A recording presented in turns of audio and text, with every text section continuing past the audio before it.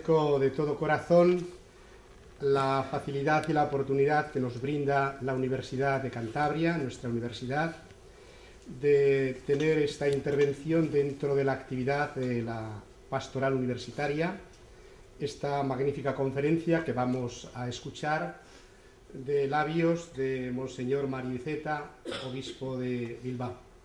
Quiero saludaros a todos vosotros que habéis desafiado esta mañana fría de invierno, cercana ya a la primavera, a la comunidad educativa de la Universidad de Cantabria, a los alumnos y también sacerdotes y religiosos que os habéis acercado desde nuestra diócesis y ciudad de Santander. Constituye para mí un motivo de alegría el poder intervenir también en la presentación de este acto. Y quiero expresarle el afecto fraterno a don Mario Iceta en el colegio episcopal que preside el sucesor de Pedro y que estamos esperando que venga pronto, enviado por el Espíritu, para que sea la roca firme como Pedro, confirme a los hermanos en la fe y sea el pastor universal que apaciente con la verdad, con la vida y con el amor a la Iglesia y a la humanidad. Creo que es un momento eclesial importante y también recordaremos quizá esta intervención pues, en este contexto eclesial. Don Mario pues, es un obispo muy joven, nació en Guernica, en Vizcaya, en marzo del año 1965, va a hacer por tanto 48 años, es el segundo obispo más joven de nuestra conferencia episcopal española y ha sido sacerdote también de la diócesis de Córdoba, pero siempre vinculado a su tierra, al País Vasco, a su Bilbao, a su Vizcaya. Fue ordenado en el año 1994, nombrado obispo auxiliar de la diócesis de Bilbao el año 2008 y desde el año 2010 es el obispo titular de la diócesis vecina y hermana con que nos vinculan tantos lazos de Bilbao. Pues quisiera glosar un poco el rico currículum vitae que tiene don Mario. Es doctor en medicina y cirugía por la Universidad de Navarra, con una tesis doctoral sobre bioética y ética médica. Es también doctor en teología por el Instituto Juan Pablo II de la ciudad de Roma, dedicado al matrimonio y a la familia. Es también máster en economía por la Fundación Universidad Empresa de Madrid y la Universidad Nacional de Educación a Distancia, y miembro correspondiente de la Real Academia de Córdoba en su sección de Ciencias Morales, Políticas y Sociales desde el año 2004. Y asimismo es miembro de la Academia de Ciencias Médicas de Bilbao desde el año 2008. Es fundador de la Sociedad Andaluza de Investigación Bioética y de la revista especializada Bioética y Ciencias de la Salud. Ha participado como ponente en diferentes cursos y conferencias en España y en el extranjero y tiene colaboraciones importantes en el campo de su especialidad en diccionarios, en revistas y algunas publicaciones. En el campo de la docencia ha ejercido también como profesor de religión, de educación secundaria, profesor de teología de sacramentos, liturgia y canto litúrgico, porque es también buen músico, en el Seminario de Córdoba, profesor de moral fundamental y de moral de la persona y bioética en el mismo seminario, así como en el Instituto Superior de Ciencias Religiosas de la Diócesis. Profesor asociado de Teología Moral Fundamental y Bioética de la Facultad de Teología de la Universidad de Navarra desde el año 2004 hasta la actualidad, y dentro de la conferencia episcopal es miembro eminente de la Subcomisión Episcopal de Familia y Vida. Un obispo joven, un obispo dinámico, un obispo preparado, que está muy capacitado para entablar ese diálogo entre fe y ciencia, entre razón y fe, y para establecer puentes de diálogo con la intelectualidad, con el mundo universitario. Por eso, cuando nuestro secretariado diocesano de Pastoral Universitaria pensó en realizar una conferencia, ellos mismos y un servidor coincidimos que nadie mejor para este campo de la bioética que la figura y la persona de don Mario Iceta. Le hemos agradecido que haya aceptado desde el primer momento que se lo propuse, y él, aunque tiene la agenda muy cargada, porque realiza bastantes salidas fuera de su diócesis para tener estas intervenciones, pues aceptó con sumo gusto. Por eso le estamos agradecidos y le reconocemos esta mañana su presencia. Acabo reiterando mi gratitud más sincera por vuestra presencia a todos vosotros, queridos hermanos y hermanas, y ojalá que este sea un inicio de una andadura que queremos sea fructífera en las relaciones y en el convenio entre la Universidad de Cantabria y el Obispado de Santander a través del Secretariado de Pastoral Universitaria. Tenemos también, como sabéis, desde hace ya 29 años, y aquí está el director del aula de teología, el padre Ruiz Capillas, tenemos el aula de teología, que es un foro, un espacio, un ámbito también de diálogo fe y ciencia, razón y fe, y es importante que estos espacios se cultiven por la comunidad universitaria, profesores, alumnos y todos los que sientan inquietud por dar razón de su fe a todos aquellos que nos la pidan. La Iglesia no quiere imponer nada, pero sí que ofrece el don de su verdad. Y esta mañana, pues don Mario va a hablarnos de la dignidad de la vida humana, acoger, tutelar y proteger este don precioso que es la vida humana. Muchísimas gracias, don Mario, y sin más, pues tiene la palabra. Agradecimiento también a todos los que esta mañana se han acercado pues, a esta conferencia, o poner en común algunas reflexiones y luego tener espacio para el diálogo. Yo felicito a la Universidad de Cantabria por este tipo de iniciativas y estos convenios también con la diócesis y la presencia del aula de teología. Yo creo que la universidad, la universitas, viene de esa palabra. Universitas es la universalidad del conocimiento, por tanto, todos los conocimientos son admitidos a dialogar y a estar presentes en la universidad. Y por tanto, el conocimiento teológico es un conocimiento más. Por tanto, siempre conocemos de modo más completo cuando la teología está presente. También aprovecho cuando estoy en la universidad para recordar que la universidad nace en el seno de la Iglesia, las universidades que conocemos en Occidente. Bien saben que se disputan como las tres primeras universidades de Occidente, la de París, la de Bolonia y la de Nápoles. Entre ellas se disputan cuál era la primera universidad. La universidad nace de las escuelas catedralicias, la escuela que los obispos tenían junto a su catedral como espacio de reflexión, ¿no? El mismo título que teníamos, que para mí, por desgracia, Bolonia lo tiende a desaparecer, ¿no? La licencia es el término que se acuñó en aquel siglo XIII, cuando nacen las universidades. Licencia docendi significa que uno tiene capacidad de enseñar en todo el orbe, lo que entonces era el orbe cristiano, en la cristiandad. Entonces no se llamaba Europa, se llamaba cristiandad. Viene ese término tan venerable y tan antiguo de 800 años de tener licencia, capacidad para enseñar. Bueno, pues se sustituye por el de grado. Bueno, de licencia tenía esa característica. Yo por eso digo que me alegro de que en la Universidad de Cantabria haya también espacio para dialogar y para que esté presente la teología. Y por eso, antes de entrar propiamente en el tema, yo quisiera hacer un apunte metodológico. El conocimiento humano, nuestro conocimiento, es un conocimiento sintético. La persona tiende a conocer de modo sintético a partir de diversas fuentes. Y cada fuente tiene su propio campo, su propia metodología, su propio modo de ver las cosas. El conocimiento científico, conocimiento empírico, conoce aquello que se puede, entre comillas, pesar y medir, tiene su propio método, tiene sus objetivos propios, también sus propios límites. Por ejemplo, la biología no puede conocer qué es el amor, está en otro nivel. Está el conocimiento científico, que tiene su propio rango, su propio lugar. Está el conocimiento filosófico, que pregunta de la razón última de las cosas. no es un método empírico, es un método discursivo, un método de razón, va más allá del método empírico.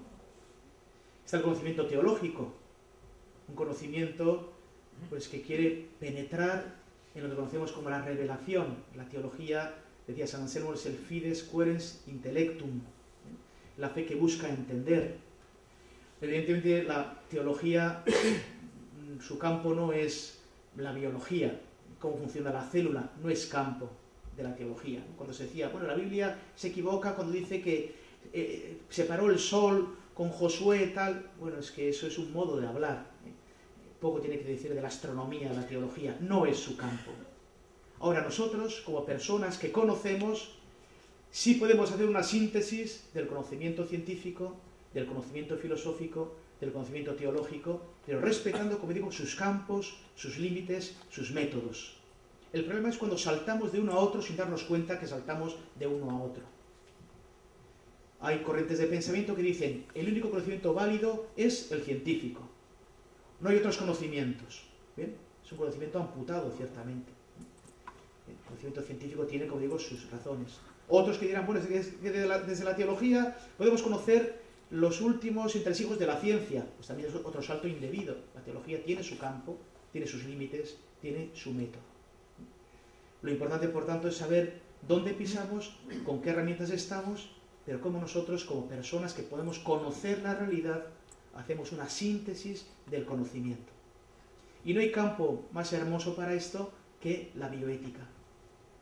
Precisamente la bioética, cuando lo define un oncólogo americano, Van Rensselaer Potter, dice, ante todo, que es una ciencia multidisciplinar. Quiere conocer todas las cuestiones que tienen que ver con la vida humana desde diversas disciplinas. Por tanto, creo que la bioética es un lugar precioso de conocimiento.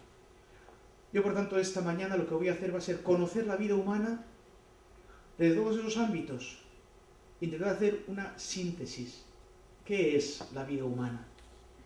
¿Qué es el ser humano? Diré más. ¿Quién es el ser humano?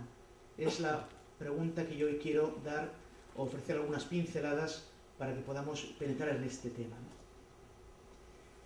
La primera pregunta, ¿qué es la vida? Como siempre, las preguntas fundamentales tienen una difícil respuesta, porque tenemos un conocimiento inmediato, directo, pero a veces que es difícil de verbalizar, difícil de conceptualizar. Todos somos conscientes y percibimos cuando estamos ante un ser vivo y cuando estamos ante un ser inerte, pero a veces es difícil esta descripción.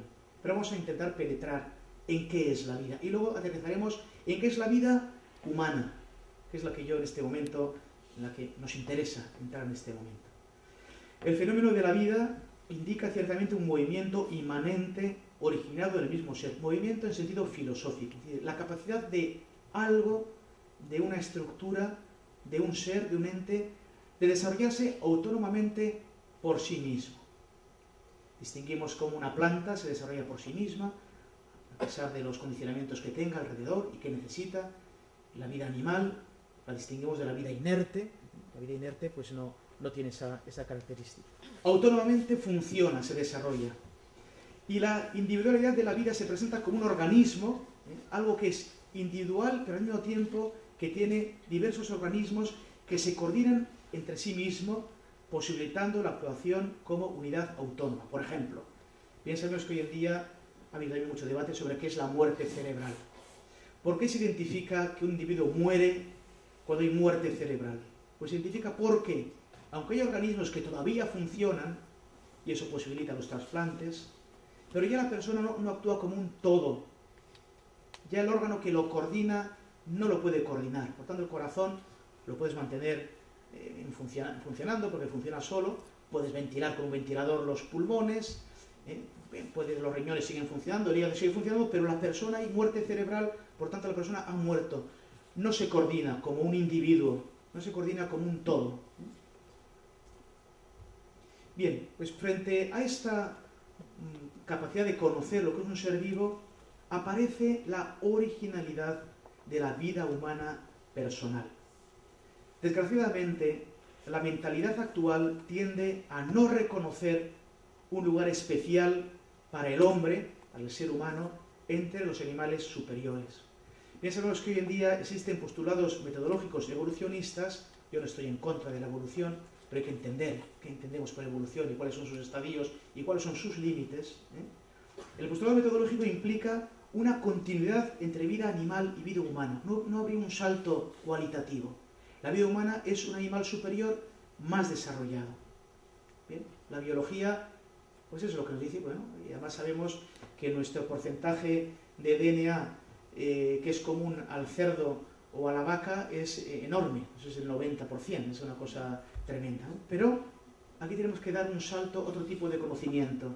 La experiencia ética advierte espontáneamente una originalidad irreductible en el carácter personal peculiar del hombre frente a los animales. El hombre no es un ejemplar más de una especie. Eso lo advierte la experiencia ética fundamental. Por ejemplo, no sé, pues uno tiene su padre y su madre. Y pues, su padre igual está de viaje por motivos de trabajo o lo que sea, y no cabe decir, bueno, tu padre se ha ido, pero está tu vecino, que puede hacer de padre. Oiga, no es lo mismo. Mi padre es irrepetible. O bien sabemos, nos pasa a veces a los sacerdotes, ¿no? Cuando por desgracia tenemos que enterrar a una persona joven. Yo los 14 años que estuve de sacerdote en Córdoba, por desgracia a veces había que enterrar gente joven de un accidente de tráfico o de lo que fuera, ¿no? Y las vecinas buenas y las amigas buenas pues siempre consuelan a las madres, ¿verdad? Y dice, bueno, tal, y siempre aparecía una frase que era muy tibia, pero tienes otros 3 hijos que te quieren mucho, que te van a arropar, que te acompañan, sí, pero falta aquel. Falta aquel, y aquel es irreemplazable, aunque tengas más hijos. La experiencia ética advierte una originalidad en la persona humana. No pases con los animales. Los animales, pues bueno, pues a uno se le muere pues el perro, se le muere el gato, el canario, bien, puede hacer un cierto duelo. El chico al de 2 años tiene otro perro y, bueno, pues si una persona tiene una psicología pues estable, pues ya está, ¿eh? Ahora, cuando se muere tu padre, o si muere un hermano, tu esposa o un hijo, eso no se reemplaza. La experiencia ética advierte una originalidad en la vida humana. No es un ejemplar más de la especie. Es algo original. Y tal experiencia no se remite únicamente a las características del modo de ser personal. Las personas no son algo que existen, sino son alguien. También suelo poner un ejemplo sencillo, a veces banal, pero nos puede ayudar a aclarar estas cosas. 2 personas enamoradas, uno al otro le dice, pues háblame de tu vida. Ahora, por ejemplo, pues don Vicente, que me quiere bien como hermano obispo, pues ha presentado quién es Mario, nació en Guernica, pues sí, estudió esto, bien, dijo datos de mi biografía, no expuso aquí cuál es mi hemograma, cuál es mi electrocardiograma, cuál es mi nivel de colesterol. O sea, él no ha dicho que yo soy, ¿qué soy yo? Tenemos aquí una especie, cromosoma XY, de la especie humana, con estos rasgos biométricos. Él ha dicho quién soy yo, no qué, sino quién. Por eso antes decía la diferencia metodológica de los diversos campos. La biología puede decir qué eres tú, no puede decir quién eres tú. Eso es otro modo de conocer. Los esposos a veces, o los novios, no saben nada, muchas veces de la física o de la biología del otro. Saben y les interesa su vida, quién es, su modo de vivir, su modo de amar, su modo de comprender. Están en otro nivel, Por tanto, la experiencia ética nos dice que delante nuestro no hay qué, un ser que es esto, sino quién es este, la experiencia ética. Por eso la persona no es un concepto que incluye a un individuo de una especie, ser humano, 21 cromosomas, el XY, etcétera, tal, sino que indica la forma original en que cada ser humano participa de su humanidad. El concepto persona supera al de individuo y al de hombre, que hace referencia a la naturaleza universal. Con el concepto persona lo que hace es referencia al modo concreto e irrepetible modo de ser, el ser persona. Ser persona, además, tiene una característica que es mucho más superior a la de ser un individuo. Individuo significa algo individualizado, algo propio, algo cerrado en sí mismo. Ser persona significa que yo estoy constitutivamente vuelto hacia otro. Estoy constitutivamente abierto hacia otro.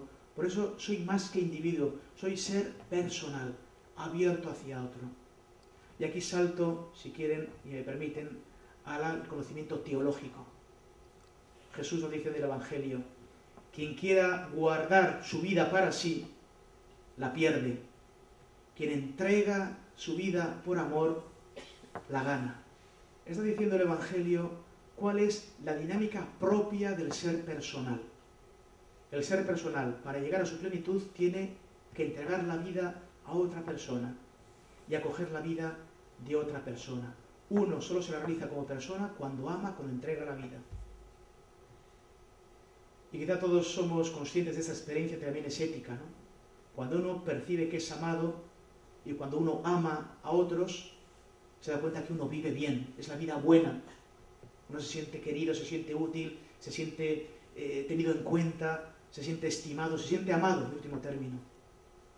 Cuando uno percibe que no se le quiere, que nadie le importa, que tampoco él es capaz de amar a nadie, esa vida se va como marchitando, se va como disminuyendo, va como cerrándose. Es como una planta que se muere sin luz.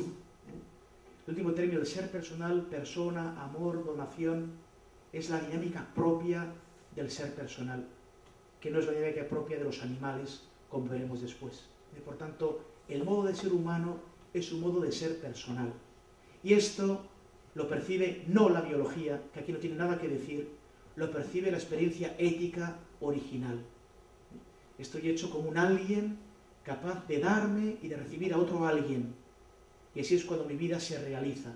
Es una experiencia ética, no es un dato biológico. Por eso, la persona se revela en la experiencia del amor. Aquí voy a entrar en el campo de la filosofía. Nosotros, como somos post-kantianos, Kant decía que el amor es una pasión, como decía la filosofía clásica, por tanto es un concepto premoral. El amor no tiene nada que decir dentro de la razón práctica, dentro del modo de obrar del hombre. Yo creo que esto no es así. No solo no es así, sino que el amor es fuente de conocimiento. Y también me remito a la experiencia ética original. Piensen ustedes en una persona que no aman, simplemente conocen, pues no sé, pues la cajera que está en la tienda, la persona que les vende el periódico, bien, le tienen estima, bien, pero no hay más, es la relación cotidiana. ¿Qué distinto se conoce al cajero o a la cajera del supermercado que vamos que se conoce a un amigo, o a la novia, o al esposo o a la esposa? Cuando se ama se conoce de un modo nuevo, de un modo mucho más profundo, de un modo mucho más grande. Es precisamente la originalidad de la persona la que se revela en la experiencia del amor. Cuando amamos a una persona, no nos es igual que exista o que no exista, sea ella o sea otra. Nos importa esa persona. Es más, no podemos vivir sin ella. En cambio, donde no se ama, pues si un día está una cajera y otro día está otra cajera, me es pues indiferente en principio. Ahora, que un día esté mi mujer o no esté, es otra cosa. Que un día esté mi hijo, se haya muerto, se haya ido al extranjero a estudiar o a vivir, es otra cosa. Es la experiencia del amor donde se revela la grandeza y la originalidad del rasgo personal, de la dimensión. Es donde se revela la grandeza y la profundidad de la persona. Por eso no bastan las características individuales de cada persona para afirmar su dignidad, la inteligencia, la sensibilidad, la bondad. Esto puede disminuir. De hecho, fijaros, yo a veces cuando veo estos ancianitos, ¿no?, pues que han llegado a los 90 años, que han hecho sus bodas de oro matrimoniales, cómo se siguen queriendo, cómo se siguen cuidando. Recuerdo la experiencia de un matrimonio que yo atendía en Almodóvar del Río, cuando era párroco allí en Córdoba, que iba a dar la comunión, el matrimonio, y él tenía un Alzheimer y además un Parkinson muy avanzado. Bueno, se llevaba la comunión, pues cómo su mujer le preparaba, cómo preparaba la vela para que llevara el cura con el Santísimo, cómo le quería, cómo le besaba, cómo le preparaba la comida. Y ya no era aquel joven con 20 años cuando se casaron hace 70 años antes, ¿no? Pero se ha reducido la inteligencia, esa persona apenas conocía al sacerdote cuando venía, a veces le decía, Antonio, ¿quién ha venido? Un torero. Decía, y yo, pues no era un torero, precisamente. Bueno, la inteligencia había disminuido, la sensibilidad, pues quizá él no percibía las cosas, pero ahí estaba el valor innegable de la persona, apreciado y adorado por su mujer y sus hijos. Y esto lo digo porque a veces aparecen teorías y hay postulados filosóficos donde se llega a decir que hay modos de vida que no merecen la pena ser vividos, o modos de vida donde la dignidad se ve disminuida. Y citando a un filósofo malagueño, José Luis del Barco, decía: persona y dignidad son dos conceptos redundantes. La persona, por ser persona, es siempre digna. No hay personas indignas. Persona y dignidad son conceptos redundantes. No existen situaciones donde la persona pierda su dignidad. Se puede tratar a la persona indignamente. Es verdad que, por desgracia, nos ha enseñado la historia tantos atentados contra la dignidad personal. Pero la persona nunca pierde su dignidad, siempre es digna. Aunque tenga disminución de capacidades mentales, tenga disminución de capacidades físicas, porque es persona siempre es digna. No bastan las características individuales para afirmar la dignidad. Es en la experiencia del amor donde se revela esa irreducible originalidad de la persona concreta. Por eso la subjetividad personal se manifiesta en el encuentro interpersonal. Solo en un encuentro interpersonal yo percibo la grandeza del que tengo delante. No simplemente con el microscopio. Esto el microscopio no lo percibe. Los que estamos en el ámbito de la medicina, yo ejercí la medicina durante 2 años y cuando hacía la tesis doctoral de medicina, pues vi a 400 enfermos terminales durante 4 años. Bien, y te dabas cuenta de que había 2 modos de acercarse a la cama del enfermo. Uno decir, ¿cómo está la cadera del 237? ¿Cómo está el hematocrito del 536? O acercarte y decir, ¿cómo está don Antonio esta mañana? ¿Y cómo está su hematocrito? ¿Y cómo ha pasado la noche? Y ha venido a verle a sus hijos, y tenía dolor, y está alegre. Y ese es el buen médico. No solo el que atiende el aspecto fisiológico, que tiene que atenderlo, tiene que ser el mejor profesional, pero el que sabe que delante tiene una persona. El otro día, no sé en qué conferencia lo decía, la gente quedó chocada, pero es así. Por ejemplo, ustedes saben, los médicos o las enfermeras, los profesionales de la salud, no cobraban sueldo. No cobraban sueldo. Cobraban, se decía, honorarios. Y eso tiene su razón. Honorario significa, viene de honor. ¿Cuánto cuesta devolver la salud a una persona? Eso se puede cuantificar. Entonces, el médico no tenía un salario, algo cuantificado, ¿no? Tenía un honorario, porque ante todo una relación interpersonal, una relación de persona a persona, sirvida al enfermo. Entonces, hoy en día también se habla mucho de la humanización de la medicina, y es verdad, y ojalá nunca perdamos los que trabajamos o trabajábamos en el campo de la medicina, de no darnos cuenta de lo que tenemos delante es algo muy importante, es algo irrepetible, irreducible. Es un esposo, una esposa, un padre, una madre, alguien que tiene un valor inmenso para muchas personas y también para mí, porque como soy persona tengo una relación con ella. Por eso existe una relación, vamos ahora a casar, entre el elemento biológico y el elemento filosófico, teológico, personal. Existe una relación entre la dimensión biológica y la personal. La dimensión personal no es una característica que se le añade, es ser persona, es la misma forma en la que el hombre es. O sea, no es que yo tengo un aspecto animal y tengo a modo de boina, de chapela, el aspecto personal. Todo mi yo, todo mi ser es elemento personal. Por lo tanto, yo como persona, hago la digestión como persona. No solo es un elemento fisiológico, es parte de mi ser, parte de mi yo. Por último término, mi cuerpo tiene una irrenunciable dimensión personal. Hoy en día es curioso que el pensamiento dominante tiende a separar la dimensión espiritual, personal, de la dimensión corporal. y entonces el cuerpo se despersonaliza, como si el cuerpo fuera una parte biológica, animal, que está de algún modo unido a lo importante, que es lo espiritual, que es lo personal, y no es así. El cuerpo es la epifanía de la persona, es el modo en que yo me manifiesto. Ustedes me están conociendo por mi cuerpo, por cómo hablo, por cómo me expreso, por cómo me presento, cómo gesticulo. Hoy en día, como digo, se tiende a despersonalizar el cuerpo, como si el cuerpo fuera algo que no tiene valencia personal, y por eso con él se puede hacer lo que se quiera.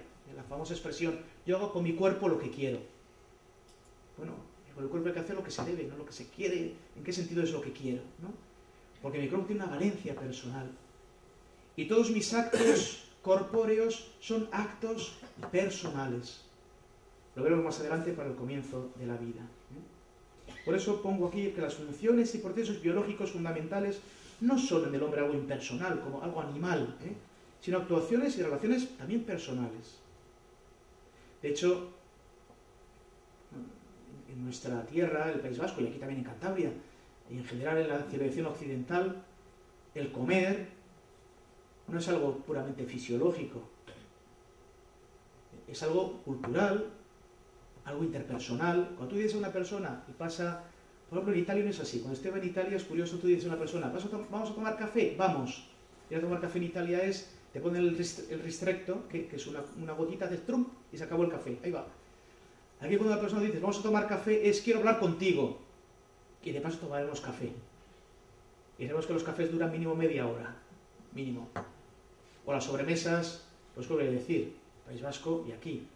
Una comida con amigos es darte la madrugada, porque después de comer, ganar la sobremesa, con todos los aditivos, etcétera, a las 12 de la noche se recena y luego aparecen pues los cubatas, lo que sea, ¿no? Ir a comer es algo cultural, litúrgico, interpersonal, familiar, no es simplemente un proceso digestivo. Vamos a comer, pues sí, te voy a tener un extracto de proteínas, de aminoácidos, en la parte de glucosa correspondiente, me da el cuerno, yo quiero comer. Quiero comer porque es algo que tiene un gozo, no solo fisiológico, que estoy contigo en la mesa, estamos con los amigos, es algo mucho más, no es solo lo fisiológico. Por eso podemos decir que no existe ser humano que no sea persona. El modo de ser del ser humano es ser personal, es un modo de ser. No es algo que se añade. Por ejemplo, no hay seres humanos que no sean personas, como postulan algunos movimientos filosóficos, o postulaban pues reprobables formas de pensamiento, no sé, como el nazismo, ¿no? Donde los judíos eran seres humanos, pero no eran personas. O los discapacitados, o los que tenían algún tipo de disfunción física o psíquica, pues se les trataba como seres infrapersonales, seres humanos. Por eso, reconocer el carácter personal del ser humano no es una atribución arbitraria que prescinda de cualquier base biológica, pero supone la existencia de quien es reconocido y no crea su existencia o valor. O sea, el ser persona no es que yo te reconozco como persona, perdón, que yo te doy la característica de persona, sino que yo reconozco una dimensión que es tuya, que te pertenece y que tienes desde siempre. Es tu modo de ser, es un ser personal, siempre, abierto a la relación interpersonal. Por eso la personalidad no es el desarrollo, el resultado de un desarrollo, sino es la estructura intrínseca que permite el desarrollo. Por eso, como dice Spemann, solo es necesario un requisito para ser persona, la pertenencia biológica a la especie humana. Todo ser humano es siempre persona. No existe una dicotomía. Hay autores, no he tragado aquí, pues, por no traer tantas diapositivas. Peter Singer, por ejemplo, muy leído, muy conocido, Practical Ethics, ética práctica, su típico estudio. Él viene a decir, bueno, pues que existen seres que no son personas, seres humanos. Por ejemplo, pues él habla, pues un niño discapacitado profundamente, pues no es persona, porque si no puede relacionarse con los demás. Una persona con alteraciones graves de la conciencia no es persona, porque no tiene esa relación. Él sí dice que hay seres humanos que no son personas. Pasa que Peter Singer dice, ¿cuál es la capacidad de discriminación ética entre los seres? Bueno, primero dice que no existe un salto entre los seres animales superiores y los seres humanos. Dice que eso es un orgullo de especie. Dice, eso es un especificismo, dice él. Y él aboga por un no especificismo. El ser humano está de nivel superior, como lo está el caballo, como lo está la vaca, como lo está el dinosaurio, el mamut, lo que queráis.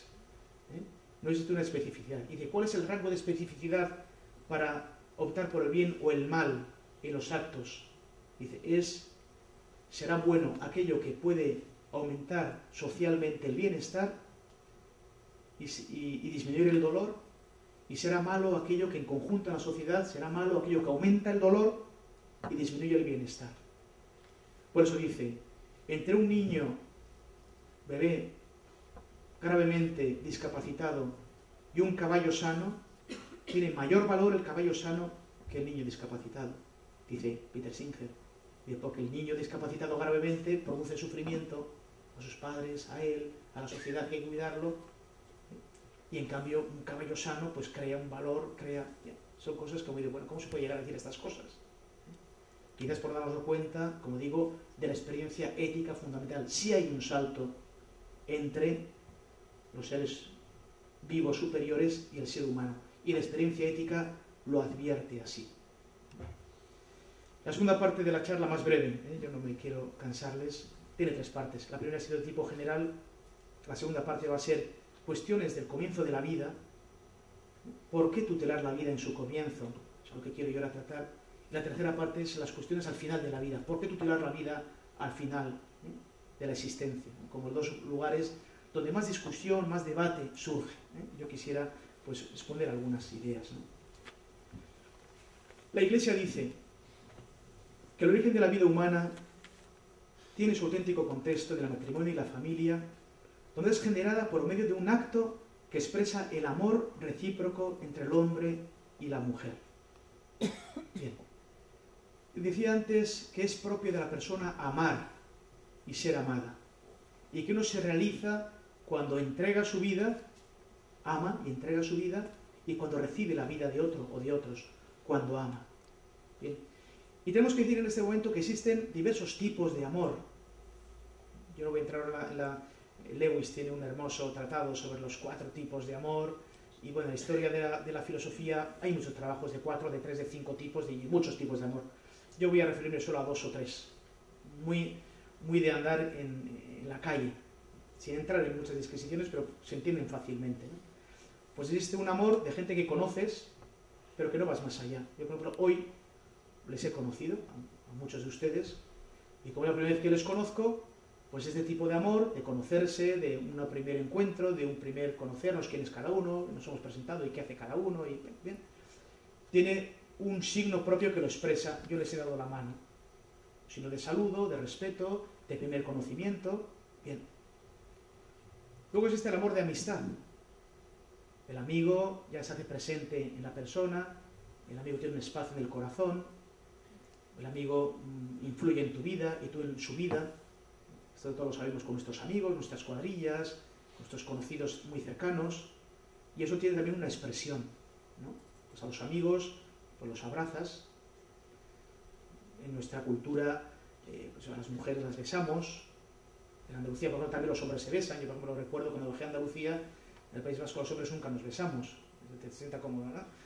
Yo cuando bajé a Andalucía, nada más llegar me plantaron 2 besos con bigote un lado y en otro, que me quedé como sorprendido. Bueno, por allí, ¿ven? Eso es cultural, también los hombres se besan, ¿bien? O vemos culturas, no sé, de Siria, de Próximo Oriente, ¿bien? Son expresiones propias de un tipo de amor.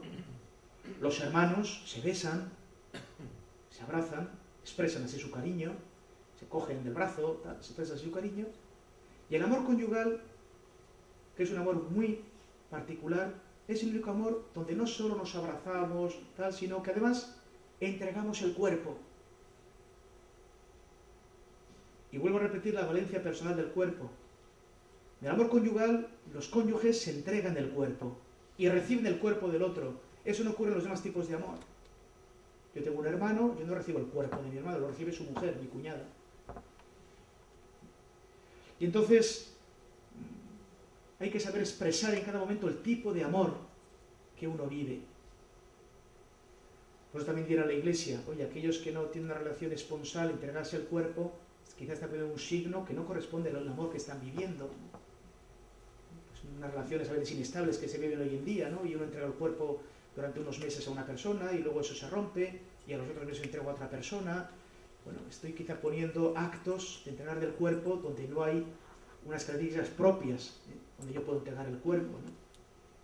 O si ahora yo después de esta tarde llego a mi casa, mi madre vive conmigo, ¿no? Y yo al llegar le doy la mano. Bueno, en Cantabria lo han envenenado, ¿no? ¿Qué pasa a mi hijo que me da la mano? No me da 2 besos, como es lo normal. Es decir, cada tipo de amor tiene un tipo de expresión. Bien, pues el amor conyugal, que es el amor más grande, más perfecto, su expresión propia es el acto conyugal, donde uno recibe y da todo. Da su vida, da su inteligencia, da su sensibilidad, da su afecto y da su cuerpo. Al mismo tiempo lo recibe. Pues la Iglesia piensa, y así lo vive y así lo quiere vivir, es que es precisamente en ese tipo supremo de amor donde se dan las condiciones propias para que venga a la existencia una nueva persona humana. La persona humana es tan grande, tan especial, tan original, que no puede venir a la existencia de cualquier modo, sino que viene a la existencia fruto de un acto de amor.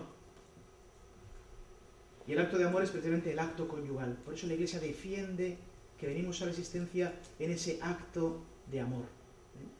Por eso lo pongo ahí, ¿no? El acto por el que el ser humano viene a la existencia es en la entrega del hombre y de la mujer, y que es asimismo un reflejo del amor de Dios. Por eso nosotros pensamos que ese acto conyugal, que es expresión del amor interpersonal de los esposos, posee 2 dimensiones, no son 2 actos, son 2 dimensiones del mismo acto. El acto conyugal primero expresa unión, yo me uno a ti. Fijaros, si me uno, que te entrego hasta mi cuerpo, y nos unimos en el acto conyugal. Que además, como antes decía, el amor siempre genera vida, el amor es fecundo, el amor nos hace vivir. Por tanto, esa unión conyugal al mismo tiempo tiene una dimensión procreativa. Convierte a esos 2 que se unen, a los 2 cónyuges, los convierte además en padre y en madre. Tiene una dimensión procreativa.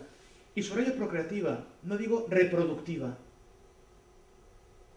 La reproducción es propia de los animales, porque el individuo está en función de la especie. Los animales se reproducen. El ser humano no se reproduce. El ser humano, decimos, procrea.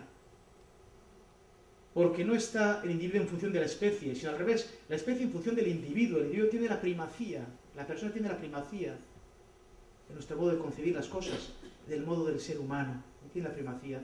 Por eso podemos decir que el amor de los esposos se prolonga en la generación y en la educación de los hijos. De este modo, el amor, de cierto modo, tiende a lo eterno. El amor se hace presente y se proyecta hacia la eternidad en los propios hijos, ¿no? A veces cuando lo vemos los hijos, y suelen decir, ¿cómo se parecen a sus padres? Bueno, aquí hay que decir varias cosas. Cuando el niño está recién nacido, no se parece a nadie. Se pone, tiene los ojos de su padre. Mentira, no le has visto los ojos aquí. Pero bien, es bonito, ¿no? Sí. Y tiene el plequillito de su madre. Bueno, bien. Vale. Luego es verdad que se puede uno parecer, ¿no? Se puede parecer. Pero bueno, al margen de que se parezca o no, en cierto modo los hijos vienen a sellar, a prolongar, a ser signo de la entrega de un amor de 2 personas que se unieron y se entregaron totalmente, ¿no? Por eso decimos también que ese embrión, que ese feto, tiene un carácter humano y una dimensión personal. No existe un salto cualitativo entre el embrión y el feto. Por motivos ideológicos, hace muchos años se ideó el término preembrión. Se decía que el preembrión son los primeros 15 días después de la fecundación, entonces todavía no está anidado, todavía no tiene características, tal. Bien, ese término se desechó previamente por la comunidad científica hace muchos años, porque la comunidad científica dice, no, es un proceso continuo, programado intrínsecamente, autónomo, dotado de individualidad humana, no existe un salto que digamos, a partir de ahora es persona, a partir de ahora, no existe. Y una vez dando una charla de este tipo, un veterinario, catedrático de veterinaria, me dijo clarísimamente, don Mario, es curioso que el término preembrión solo se ha acuñado en el ser humano. En mi especialidad, en todo el tema de la veterinaria, no existe el término de preembrión. No hay preembrión de caballo, no se habla de preembrión de cerdo, no se habla de preembrión de conejo. ¿Por qué se habla de preembrión humano? por motivos ideológicos. Por decir, tenemos ahí un hiato, un espacio donde todavía hay un preembrión, por tanto no es un ser con características personales, características humanas, por tanto ahí podemos intervenir. Pero aquí yo pregunto a la biología, ¿qué hay? ¿En qué momento pasa uno a ser preembrión a embrión? ¿En la anidación? ¿Por qué? Cuando aparece el mesotelio, el endotelio, y es más, ¿cuándo empieza a ser humano? ¿Cuándo empieza a ser persona? ¿Cuál es la razón? En biología, como toda ciencia empírica, las cosas hay que demostrarlas y saber repetirlas. El problema no es biológico, la biología no responde a eso, el problema es filosófico. ¿Cuándo uno es ser humano? ¿Cuándo uno es persona? Lo que puede decir la biología, aquí tenemos un individuo, como digo, que ello solo se desarrolla, ustedes bien saben que lo que viene de la biología o de las ciencias, el embrión necesita muy pocas cosas para desarrollarse, lo que la madre le da, que son los nutrientes, la progesterona, el calcio, el ácido fólico, pero él solito se desarrolla. Él tiene su programación para autogestionarse, crecer y autoorganizarse. Es un ser vivo distinto de su madre. Fijaros si es distinto, que tiene hasta una carga genética distinta de su madre. Fijaros si es distinto que hasta para anidar en su madre, para que su madre no lo rechace, porque claro, el útero percibe que hay en un ser humano, hay un ser extraño, es un cuerpo extraño, no tiene la misma carga genética que ella. Entonces el embrión genera una sustancia, una hormona, para impedir el rechazo de su madre. Porque es otro ser distinto. Por eso podemos decir que el embrión tiene el valor propio de la persona humana. La diferencia entre embrión y ser adulto no es sustancial, no es esencial, sino es de proceso, ¿no? Un proceso continuo de desarrollo, sin saltos cualitativos. De repente, mira, es que ahora he visto este cambio, ahora sí es persona. Yo pregunto a la biología, ¿cuál es ese cambio? ¿Y por qué digo que ahora es persona y antes no?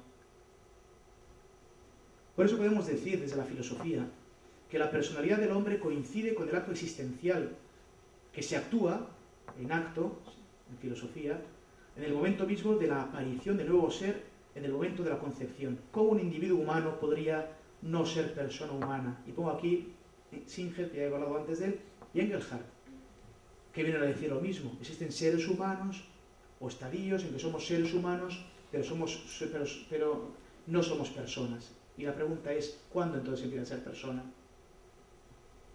También es verdad, alguien dice, bueno, es que Santo Tomás decía que se animaba el ser a los 40 días. Bueno, es que Santo Tomás no sabía biología. Es que hasta el siglo XVIII, que Graf descubre el óvulo, la creencia era que el principio vital lo llevaba el hombre, semen, semilla, como la semilla que cae en la tierra. El útero de la mujer era la semilla, era la tierra, pero el principio vital venía del semen, hasta que Graf descubre en la mujer el óvulo y dice, ahí va, que esto no es así, que el hombre pone una célula y la mujer pone otra. Pues sí, y se juntan. Y entonces se da cuenta de que la vida humana no es... El principio vital no viene por el hombre que aterriza en una tierra buena, pues una cosmovisión de las cosas, ¿no? La semilla, por eso se llama semen, semilla, que cae en la madre, en la tierra fértil, sino que el hijo es mitad del padre y mitad de la madre, que ambos dos contribuyen con su propia célula germinal. Eso no se sabía antes. La ciencia sí ha aportado, en este caso la teología y la filosofía, elementos de reflexión. Por eso el hijo es siempre un don. Una persona nunca es un instrumento. No se puede instrumentalizar a la persona. El hijo es siempre un don. Por eso no existe un derecho a un hijo. Porque un don nunca es un derecho. Un regalo no es un derecho, deja de ser regalo. Si yo tengo derecho a algo, ya no es algo... Regalo remite, pues eso, a algo gratis, algo gratuito, algo que se dona. El hijo siempre es un don. Por eso, dice Gaudí Despés, salto de la teología, el hijo es testimonio permanente de la donación recíproca de los padres. Es sobre todo un don del amor de Dios, una bendición de Dios, el don más excelente del matrimonio. Por eso el hijo debe ser amado por sí mismo, no en función de otros intereses. Es decir, yo quiero tener un hijo por, no sé, por realizarme como persona, Ya estás instrumentalizando al hijo. Ya no lo quieres por sí, lo quieres para tú satisfacer algo tuyo. ¿O por qué la Iglesia pone esos reparos del bebé medicamento, por ejemplo, ¿no? Y bueno, porque ese hijo es creado en función de otra cosa muy buena, curar a otras personas, magnífico, pero está siendo de algún modo instrumentalizado para otra cosa. ¿Eso es lícito? Es decir, tú has nacido no porque te hemos querido a ti, tú has nacido porque necesitamos tus tejidos para otra cosa. ¿Eso es lícito? Esa es la cuestión. Si decimos que el ser humano es un fin en sí mismo, o toda la ética de la investigación fue un escándalo en los años 60, cuando se descubrió en Estados Unidos, por ejemplo, cuando todavía la sífilis no sabía cómo combatir, en los años 50, 60, pues aparecen toda la explosión de los antibióticos y el desarrollo de los antibióticos, y empiezan a probar las penicilinas para el tratamiento de la sífilis.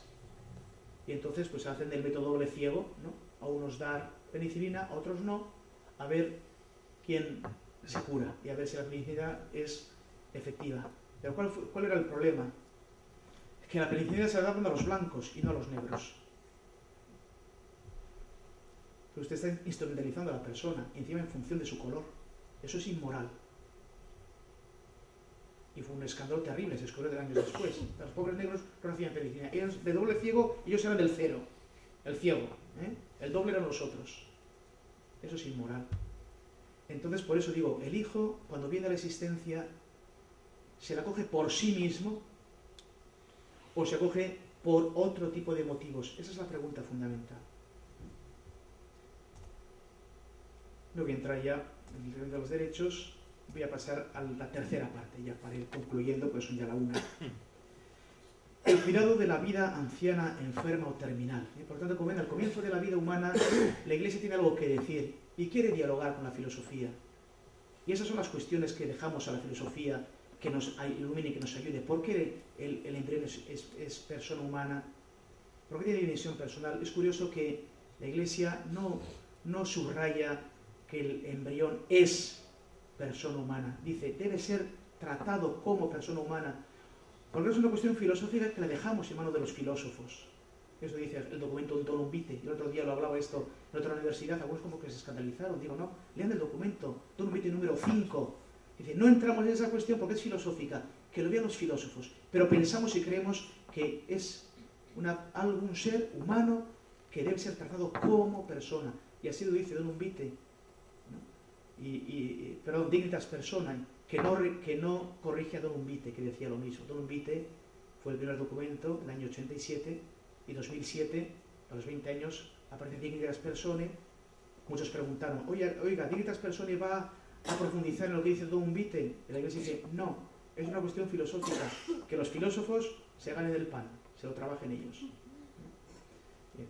Tercer y último aspecto, el cuidado de la vida anciana, enferma o terminal. Ciertamente todos somos conscientes, si hemos estado alguna vez enfermos, que la enfermedad es un momento de crisis y de confrontación con la situación personal.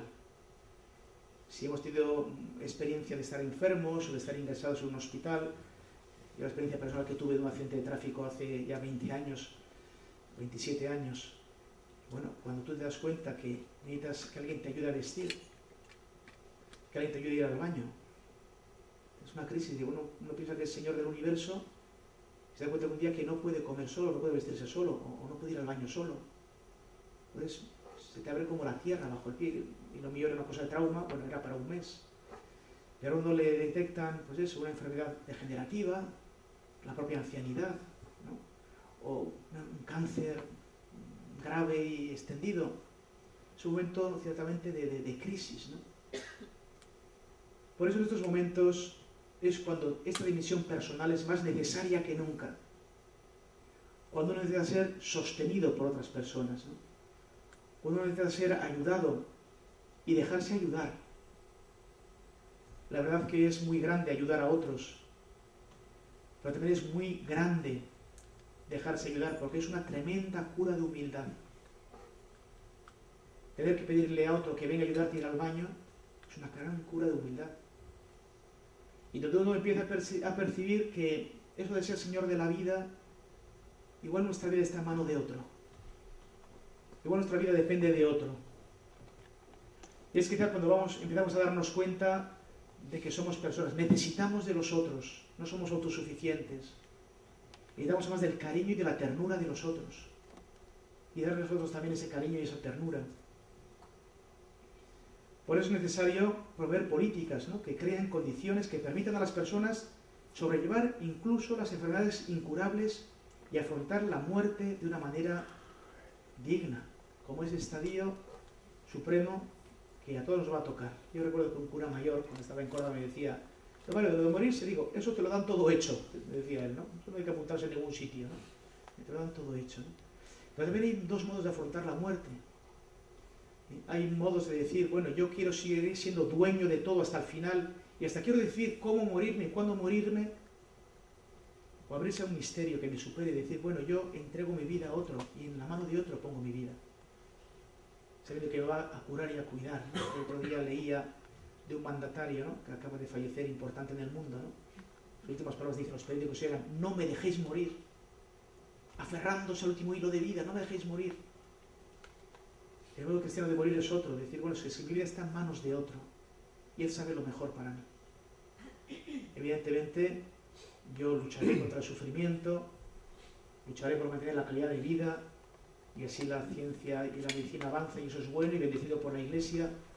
Pero también la ciencia y la medicina deben saber reconocer el límite, ¿no? Decir, ya es que no podemos más, o ya no sabemos más, o estamos ya entrando en territorios donde ya la persona no está siendo servida, sino está siendo ya esclavizada por unas tecnologías que la están, pues, violentando en su dignidad. El mundo, desgraciadamente. La esperanza media de vida en los países occidentales oscila entre 82, 87, 85 años del hombre y de la mujer. La esperanza de vida en África son 40 años. 40 años de esperanza de vida en África, ¿no?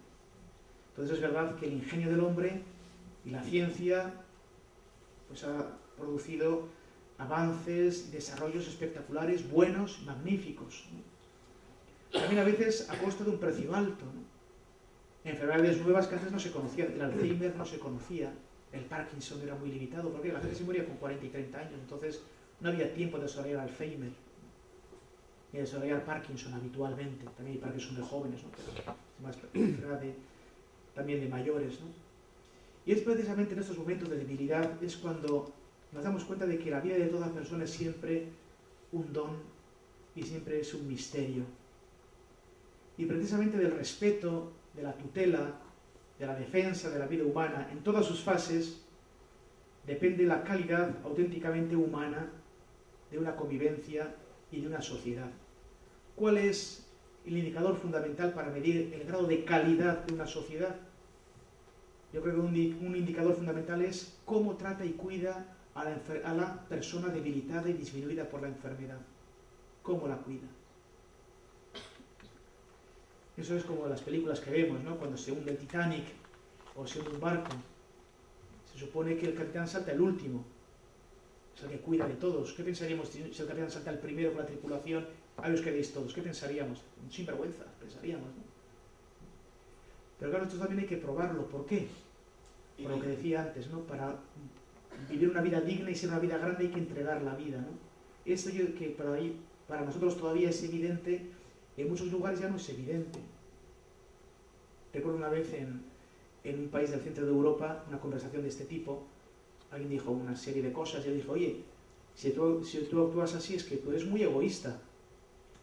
Aquí entre nosotros decirle a alguien que todavía que es egoísta, oye, yo no soy egoísta, todavía le sienta mal. Aquella persona respondió, sí, yo soy egoísta, primero yo, después los demás. ¿Qué tiene eso de malo? Primero pienso por mí, y encima te sacan palabras del Evangelio, ¿no? La caridad empieza por uno mismo. Oye, bueno, por eso hay que tratarlo con calma, ¿eh? Pero hoy, por ejemplo, nosotros todavía estamos convencidos de que ser egoísta es malo y ser generoso es bueno. Pero hay gente en Occidente que ya no piensa así. Hay gente que dice, no, es que el egoísmo es lo propio, yo primero yo, claro, y lo que me sobra a los demás. Y habrá que probar por qué eso no tiene una tal calidad moral como lo otro. Porque eso es de menos calidad moral, porque eso es Chópez y no es pata negra. Pata negra es lo otro. Hay que demostrarlo. ya no se da por hecho. Yo desde luego no le contesté, me quedé tan helado. Ahí va, pues sí, primero yo, chico, luego los demás, ya veremos. Bueno, y eso lo vemos aquí, no, tampoco hay que ir muy lejos, ¿eh? Todos somos muy adorables, pero luego descubrimos que tenemos porquerías en muchos sitios. Bien. Por eso también la enfermedad nos abre al misterio de la trascendencia, al misterio del sufrimiento y de la fe.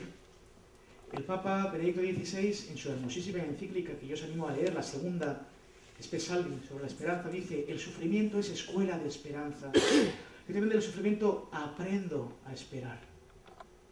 Y aprendo a poner mi vida en manos mucho más allá que las que tengo. Así, por ejemplo, la teología viene a alumbrar magníficamente el tema del sufrimiento, del dolor y de la muerte, que es un escándalo para el ser humano.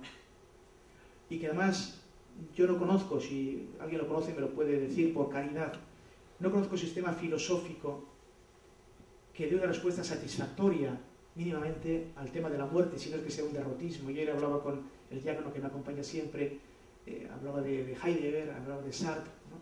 Sartre dice algo tremendo, ¿no? Dice: el hombre se descubre como un ser para el infinito, como un ser para amar para siempre, un ser para la eternidad, pero se muere.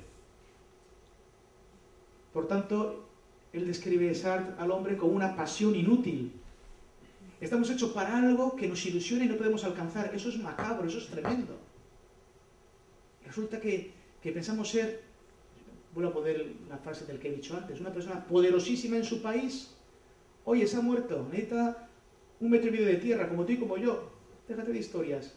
Mandó, ¿y ahora qué manda? ¿Cuál es la respuesta a esto? ¿Cómo vivir en este camino? Hay gente que dice: es que yo no espero más de lo que hay en esta vida. Yo vivo 80, 90, si llego 60 años me moriré y se acabó. Digo, pues qué futuro tan sombrío.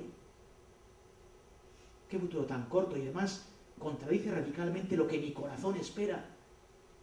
Que espera algo infinito, algo grande, algo pleno. Me está diciendo que lo que me espera es que me caiga la baba, que esté en un carrito de ruedas haciéndolo todo encima con un dodotis y me muero. Y se acabó todo. Pues esto es un ser macabro, como dice Sartre. Un ser macabro. En cambio, la enfermedad, el sufrimiento, nos puede abrir otro modo de ver las cosas. Y aquí realmente entra la teología. Nos da un modo nuevo de ver. Que no es simplemente un consuelo para débiles, para tontos, para timoratos, sino es ver la vida desde otras dimensiones, mucho más amplias que la que vemos a simple vista.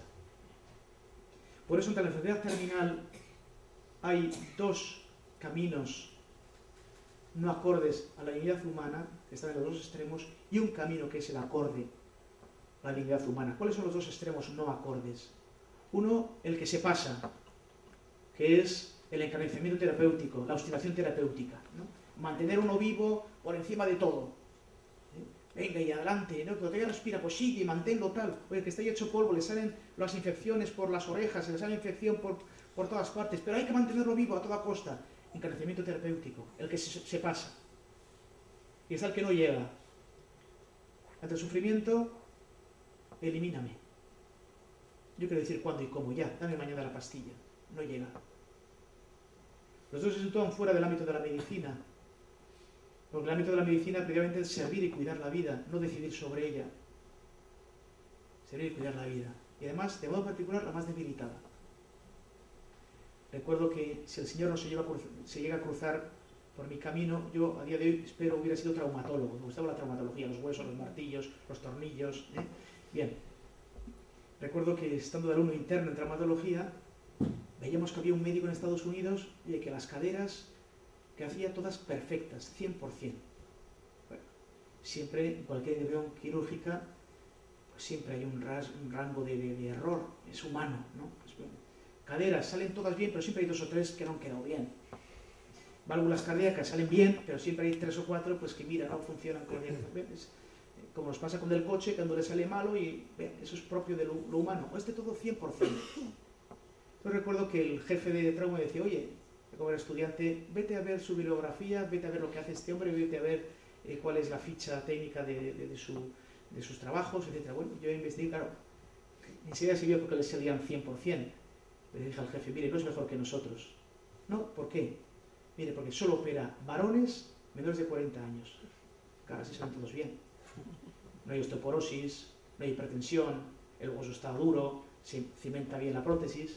Claro, ahora hay que operar a la viejita de 85 años, que tiene osteoporosis, cardiopatía, hipertensión, no come bien y está pues desnutrida. No hay hueso donde meter el vástago de la prótesis. Esa tiene que quedar bien. Pero es que la medicina está hecha para los dos, pero de modo particular para esa, para la que está más debilitada. Por tanto, entre eutanasia, que se sitúa fuera de la medicina, y la obstinación terapéutica, que es una mala praxis médica, ante la enfermedad terminal, lo que quedan son los cuidados paliativos. Es la respuesta adecuada a la enfermedad terminal. Es una nueva filosofía y concepción del curar y del cuidar.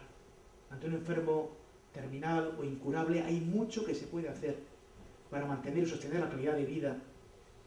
Un cuidado integral del paciente, no solo fisiológico, también psíquico, espiritual, social, familiar. Es un cuidado integral, multidisciplinar. Cuidar a la familia y el entorno. Todos somos conscientes que cuando una persona enferma, toda la familia enferma. Si ustedes han tenido una persona en casa que cuidar, o alguien que está en el hospital, pues hay que turnarse para darle de comer, para pasar la noche, para hacerle compañía. Es un caos, toda la familia está patas arriba. Hay que cuidar a toda la familia. Más en un enfermo terminal, pues imagínense una persona con un cáncer que sangra. Esa pobre familia, si está enfermo en casa, vive la noche en un vilo. Oye, si se pone a las 2 de la mañana a sangrar, ¿qué hacemos? Y si se ahoga, ¿a quién llamamos? Está toda la familia enferma, de cierto modo, ¿no? También hay que cuidar a los cuidadores, para que tengan esa dimensión de servicio de alta calidad ética. Desde luego la atención hospitalaria es muy importante, pero es más la atención domiciliaria, sobre todo en pacientes terminales, sobre todo en los ancianos. Para los ancianos es muy importante el lugar donde están. Nosotros, por ejemplo, cambiar de habitación no nos cuesta mucho. O nos vamos el fin de semana con unos amigos y dormimos en otro sitio, estamos hasta contentos. Una persona mayor, cambiar de hábitat es un drama. Porque su hábitat se va reduciendo con la edad. Entonces la habitación es pues, donde dormía con su marido y su esposo, que ya falleció, el Cristo donde siempre rezaba, el cuadro típico en color sepia de cuando se casaron. Eso es su vida. Y cambiarla a dormir a otro sitio no es lo mismo que cambiar a uno de 20 años en un colegio mayor, que va a otro sitio y no pasa nada. Entonces, la atención domiciliaria es muy importante para el paciente terminal. Y es una disciplina de alta calidad científica y ética. Ya decía antes que no es ni la atención terapéutica ni la eutanasia son las respuestas adecuadas, ¿no? Y esta ya es la última diapositiva, ya no descanso más. La medicina siempre está para tutelar, aliviar, custodiar, proteger la vida. Y en este aforismo que dice la medicina, el aforismo clásico, ¿no? La medicina está hecha para curar, para curar. Si no puede curar, al menos aliviar. Y siempre consolar. Uno no se puede separar o renunciar a tratar al paciente. Antes había unas épocas donde ya el médico no podía hacer nada y bueno, voy a esa casa porque yo ya no sé qué hacer y a la que los familiares lidien con los últimos días de la vida. Pues eso no es una buena praxis médica. El médico tiene que estar siempre presente, ayudando, acompañando, tutelando. Bueno, pues aquí termino estas palabras. Tengo otra diapositiva, pero no les quiero ya cansar. Mi idea ha sido esta, ¿no? Darles una idea fundamental de lo que es la vida humana, que es mucho más que la vida biológica. Darles algunas pinceladas de la importancia de tutelar la vida humana al comienzo de sus primeros compases, de lo que es ciertamente la importancia de cuidar y tutelar el inicio de la vida, y dar algunas pinceladas de por qué la vida humana es muy importante al final de la vida y por qué también esos últimos compases de la vida hay que cuidarlos y hay que tutelarlos. Muy bien, pues muchas gracias por la atención.